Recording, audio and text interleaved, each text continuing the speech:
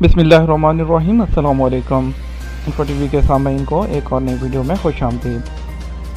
Saudi अरब में छुट्टियां ईद की कब से होंगी और कब से कब तक छुट्टियां होंगी, पहला रोज़ा है वो कब होने जा रहा है और जो है ईद किस तारीख को होगी, आज इस वीडियो में हम बात करने वाले हैं।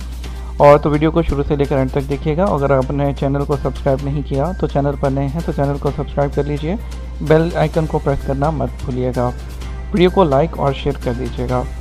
दोस्तों आपको बताते चले जैसा कि रमज़ान मुबारक इंशाअल्लाह मई 6, 2019 को शुरू होने वाला है और जो है इसमें जो है ईद उल फितर जो है इंशाअल्लाह वो 4 जून से 3 या 4 जून को इंशाअल्लाह एक्सपेक्टेड है। तो इसी हवाले से जो है मिनिस्ट्री ऑफ लेबर ने ईद उल फितर की तातीलात जो है वो ऐलान कर दिया है। और ईद उल फितर जो है वो उसमें प्राइवेट सेक्टर के लिए कितनी छुट्टियाँ होंगी इसके लिए जो है वो ऐलान हुआ है। वज़ारत मेहनत और समाजी बहबूद ने बताया है कि ईद उल फितर की तातीलात 4 दिन की होंगी। उम्मुल कुरा कैलेंडर के लिहाज से 29 रमज़ान मुबारक को मुलाजमीन ड्यूटी देंगे। अगले रोज़ से ईद उल फितर की 4 रोज़ा छुट्टी शुरू हो जाएगी।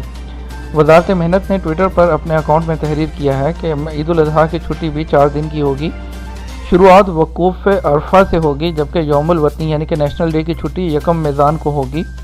और अगर किसी हफ्त रोज़ा छुट्टी उस रोज़ आ रही होगी तो उसे नेशनल डे की छुट्टी के बदले यानी कि नेक्स्ट डे उसकी जो है वो एक दिन कबल एक दिन ज़्यादा दे दिया जाएगा।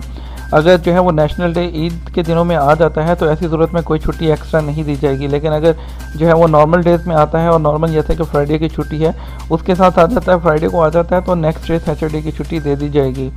तो इसके अलावा बताते चलें कि वज़ारत मेहनत ने मज़ीद भी बताया कि अगर किसी मुलाजिम की यहाँ वलादत हुई यानी कि अगर उसके घर को बचा तो ऐसी सूरत में वो 3 दिन के लिए छुट्टी लेके जा सकता है और सैलरी के साथ। और इसके अलावा अगर शादी है उसकी तो उसके लिए 5 दिन की छुट्टी भी उसको फ्री मिलेगी सैलरी के साथ।